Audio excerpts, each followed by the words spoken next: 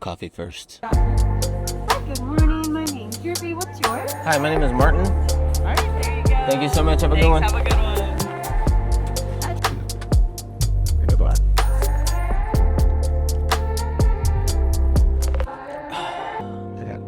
That's good coffee.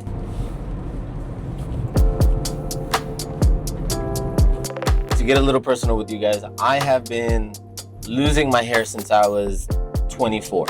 I've tried a bunch of things to keep it, minoxidil, finasteride, all that stuff, but that stuff gave me heart palpitations and it was scary. So I got off of it and I am making the bold choice today to go bald. It's to the point to where like I feel like I can't hide it anymore. And I used to think that doing the buzz cut was enough to conceal it a little bit, but it's not working anymore for me. So it's all coming off today.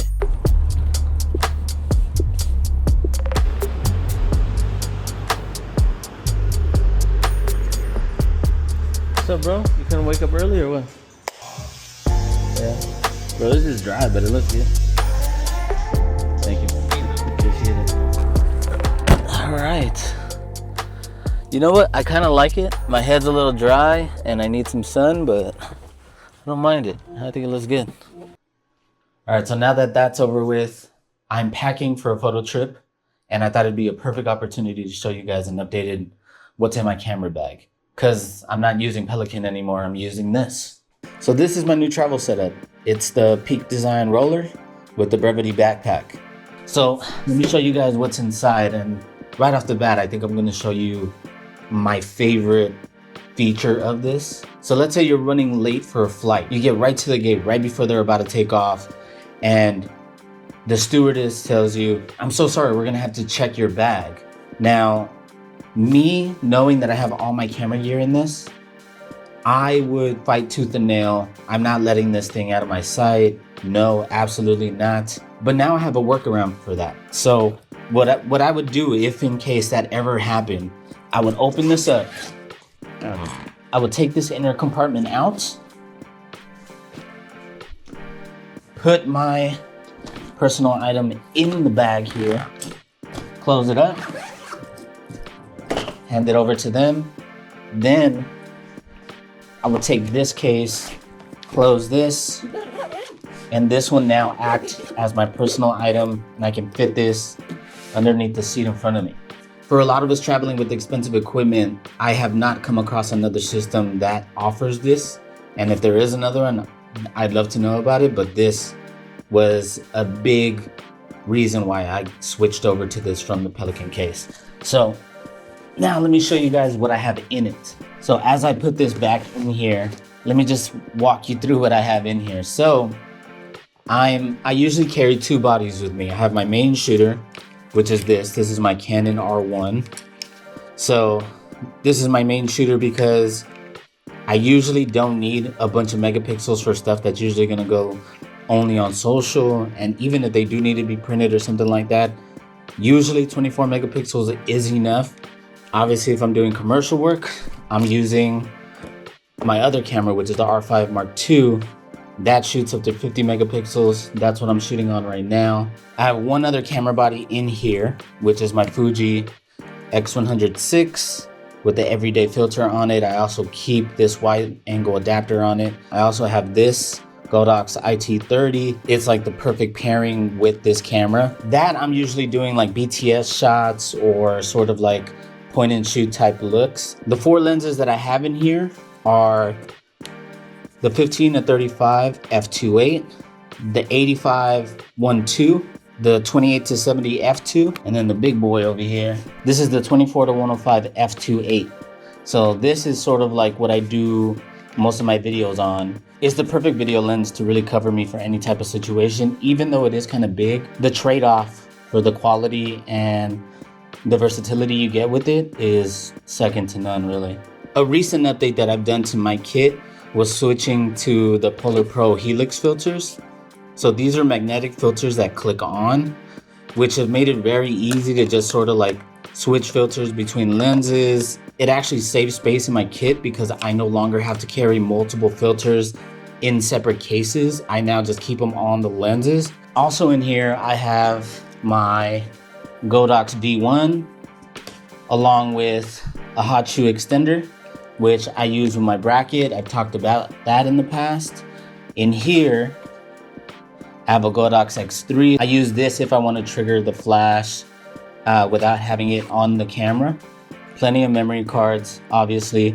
I use this system where the ones that are backwards are the ones that I have used. So at the beginning of every shoot, I'll go ahead and format all of these, flip them back over, and then as I'm shooting, flip them over. I have extra batteries in here for all cameras. In this first pocket here, I have a top handle. So on my R1, I have a small rig cage on it, which I'll throw the handle on. And this handle specifically can be turned. So if I'm shooting vertical content, I'll go ahead and put the top handle on the top of the camera and widen up my grip like this, which would really help stabilize my framing. But I can also move this handle to the side and I can use it this way to shoot horizontal video if I needed to. Usually I'm using a gimbal anyway, but you know, if I'm running and gunning, using the top handle is super helpful. This is the bracket that I told you guys about. So this is the CB Mini RC. I've had this thing for years now. I use it almost exclusively with the R1 and that speedlight flash.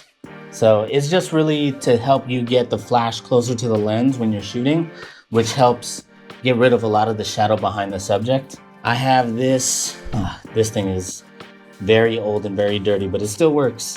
So this is like a mini softbox that I'll throw on the speedlight.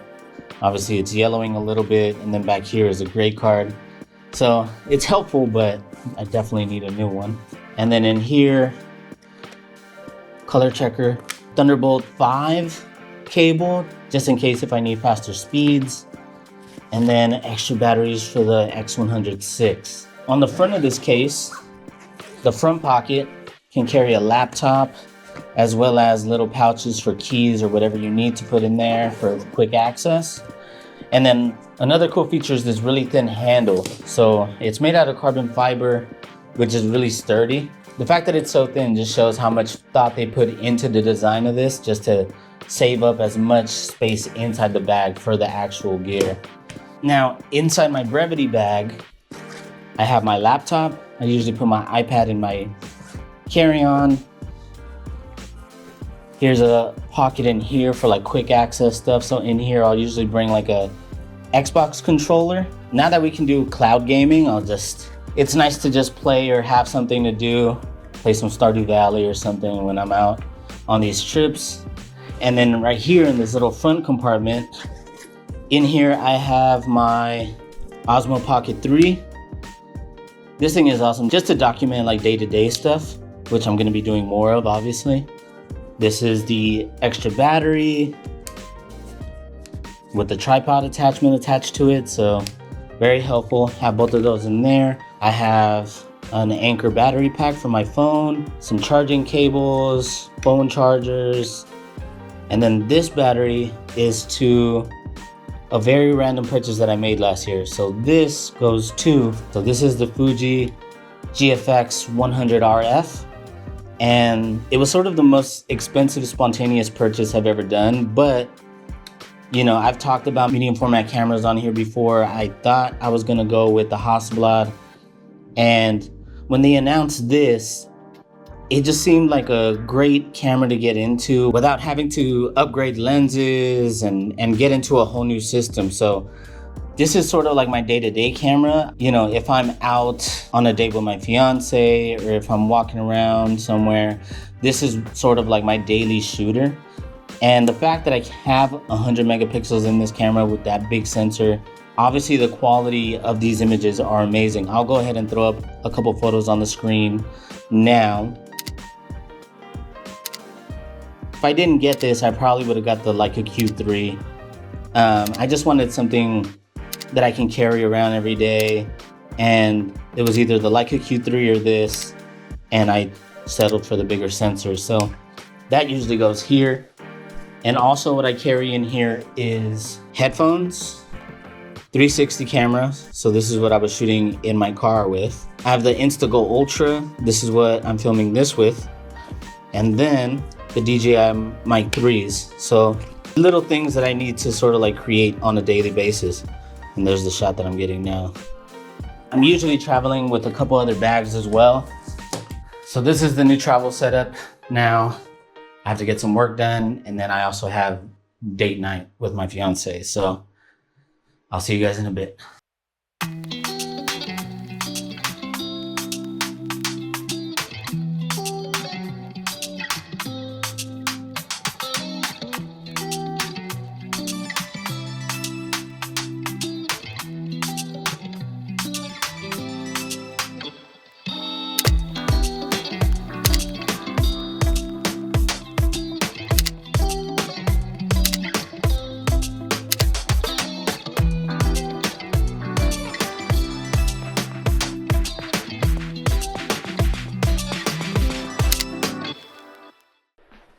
All right, so my flight leaves in about 2.5 hours, which means here in LA, I'm already late.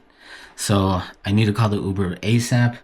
I just did the last walkthrough around here, so I made sure that I have everything. Cameras check, lenses check, memory cards check, batteries check, laptop check, chargers, everything check. So yeah, time to go. Let's go. Any unattended baggage will be subject to confiscation. Any unattended baggage.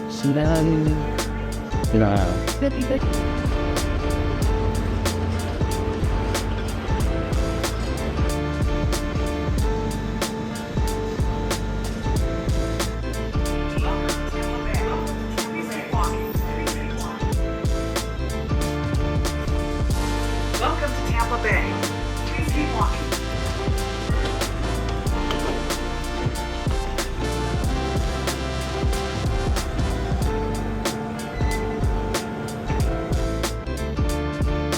Final stop. Please gather your belongings and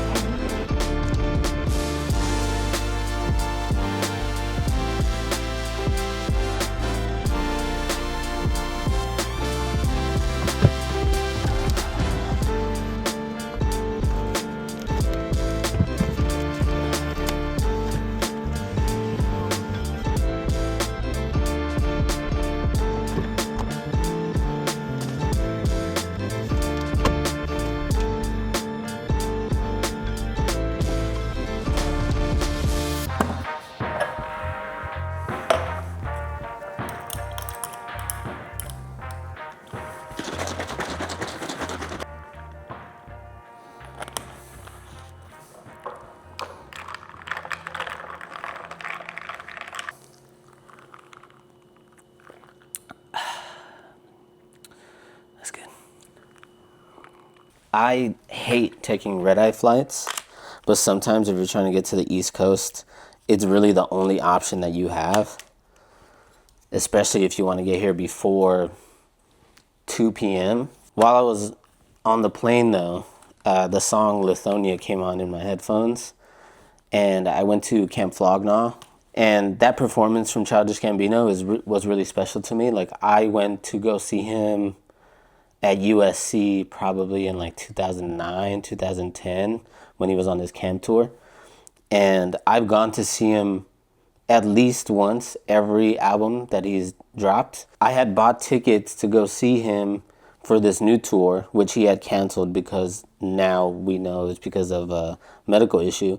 But obviously we didn't know, right? Like, as fans. And when he told that story at Camp Flog Gnaw, we all know like YOLO or Live Fast, Die Young, and those sort of like mantras have like a really like fuck it mentality. And what he said is sort of similar, because he had said you have 2 lives and your second life starts when you realize that you only have one.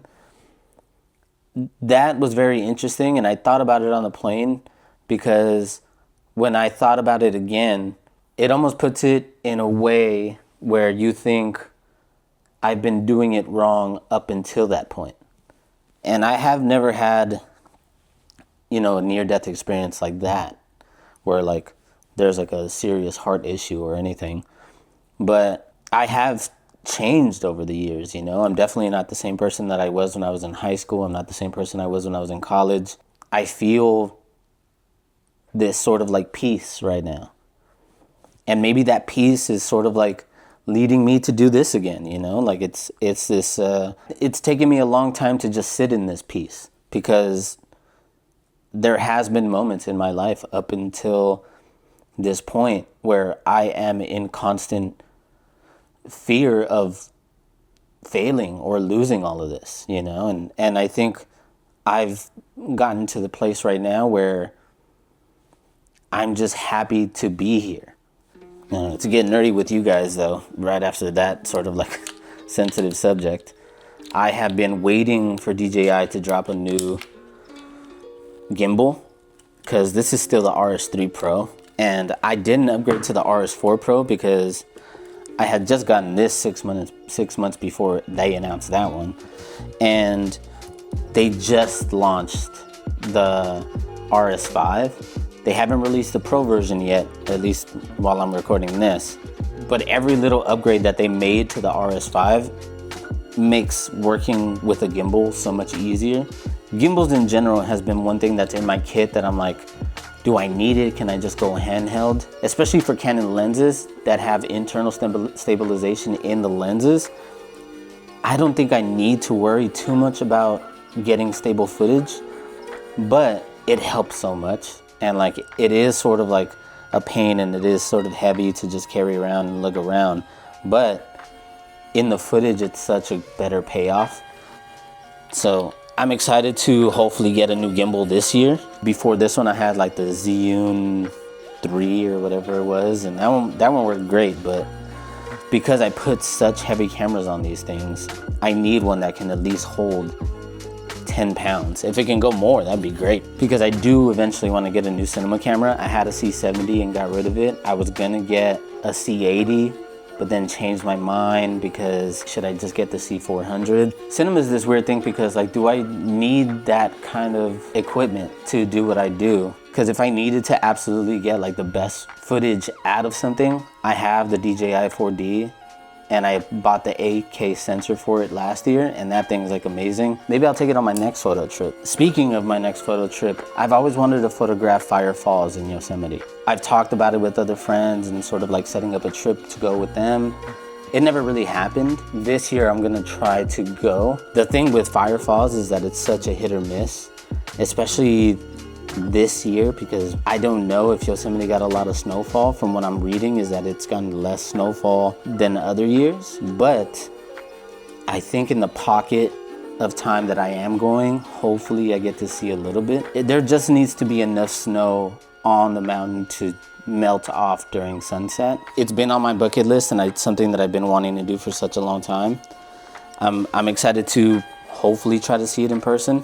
Dude, balancing a gimbal is such a pain in the ass, especially doing it with cameras like this heavy. Any little thing that you have on the camera could throw it off. Like I have the cage on the R1, and even just taking off the cap, like I just did off the camera filter, it throws it off just a slightly bit. So I need to rebalance it for every little thing.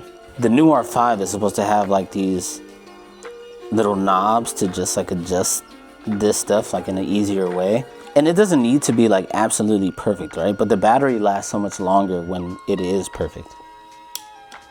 Also, the worst access to do is the one where you have to like tilt it forward. Balancing that one for me is such a pain, and I've seen people do it different ways, right? Like some people just tilt the gimbal forward, and then they see whether or not the camera rotates left and right, and they try to balance it that way. And then I've seen some people just tilt the whole thing sideways and try to balance it that way. All right, so now let's turn this thing on. You don't have to calibrate the motors.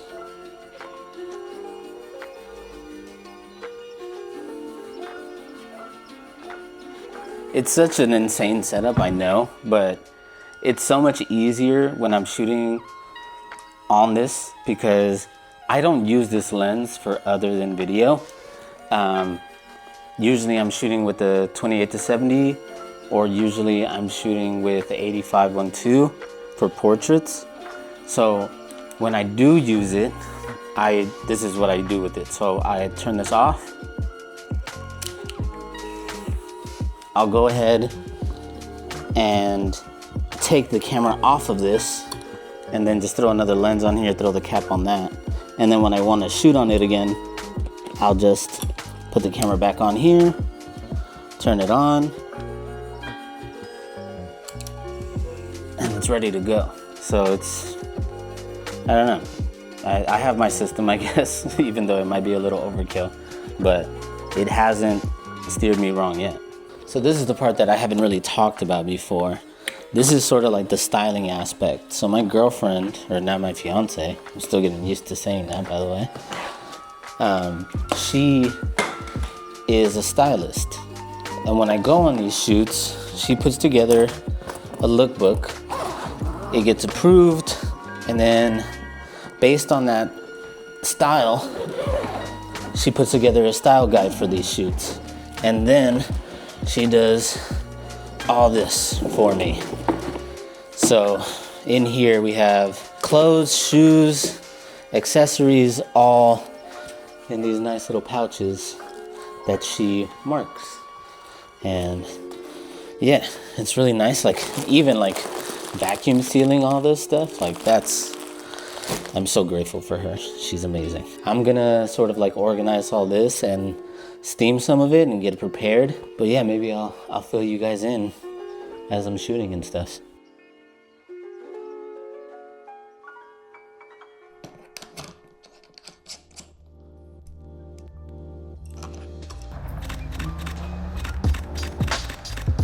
Come sit on the steps right here. It doesn't matter if you're like sitting towards the wall, just as long as you can open your eyes. Maybe go 2 more steps up.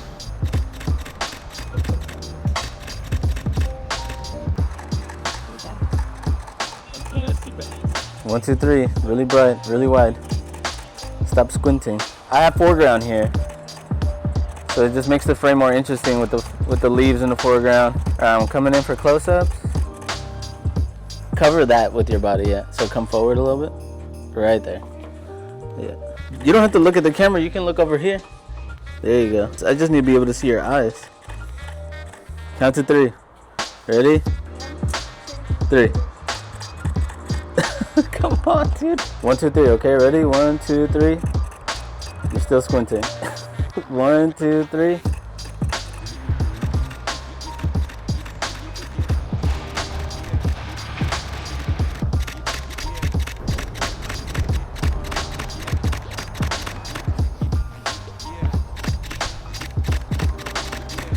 Go in a little bit more. Yep.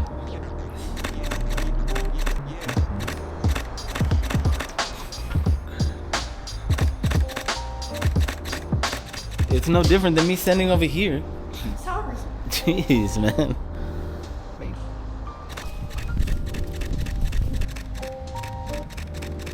You have sunglasses. Look towards me. There you go. You don't have to worry about your squints anymore. Put your glasses on and just sort of pull them down just a tiny bit. Yeah, perfect. I'm gonna come in for a close-up.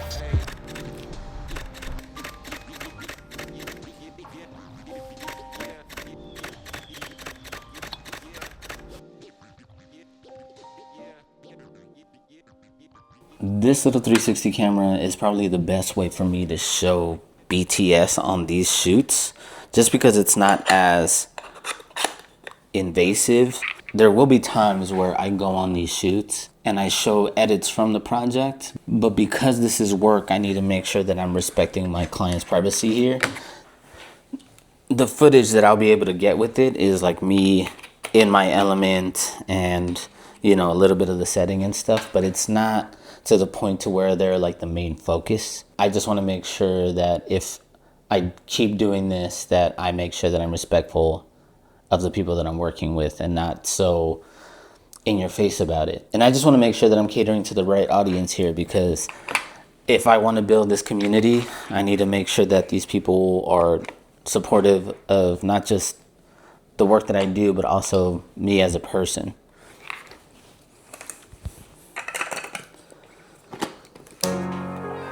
All right, rolling.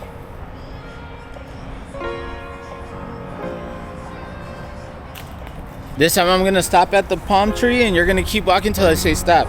Keep coming, keep coming, keep coming, keep coming, stop. Let's try that again. Keep posing as I sort of like come up to you, okay?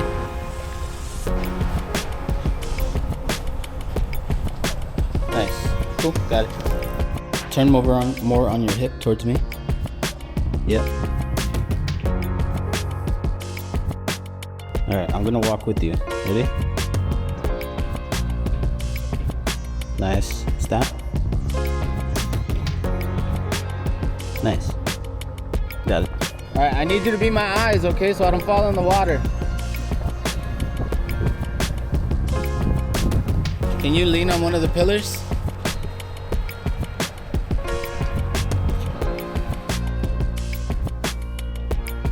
Let's do some against the wall over there.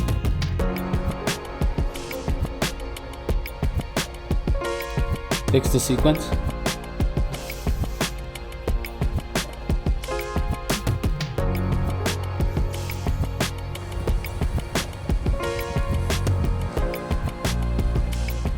This has been a learning experience for sure. I have been editing this video over the course of the last 14 days. Have I enjoyed it? Yeah. I think it's been really fun. I think I like showing this side of me. I think it's something that can be replicated. I don't think all my weeks are gonna look like this. I still have a couple more days of this. So after that, I'm heading back home. I have to color correct all these images. So if you made it this far, thank you for watching. Thank you for supporting. And, you know, hopefully I'll see you back here for the next vlog. Peace.